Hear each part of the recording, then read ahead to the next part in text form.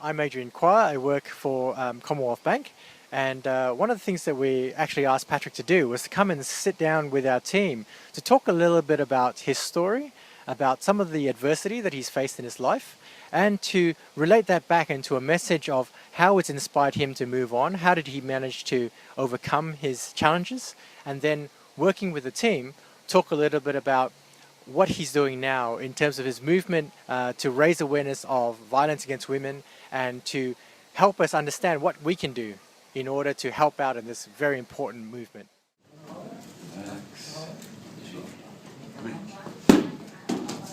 Was something that touched each and every team member. They really wanted to hear more about it. They wanted to understand what they could do to help out. And in fact, a lot of them were actually asking Patrick plenty of questions around, why did you choose to do this? What was it that motivated you to help this particular cause? And I think you found that the team was completely focused on this as a very important area. Go again. Go again. Great, that's really good. What about your elbow? Maybe like...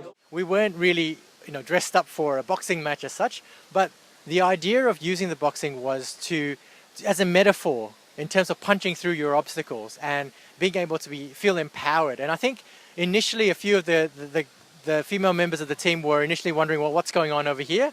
But Patrick put them at ease. He talked to them about how this was just about getting your activity, a simple activity for you to illustrate overcoming a challenge.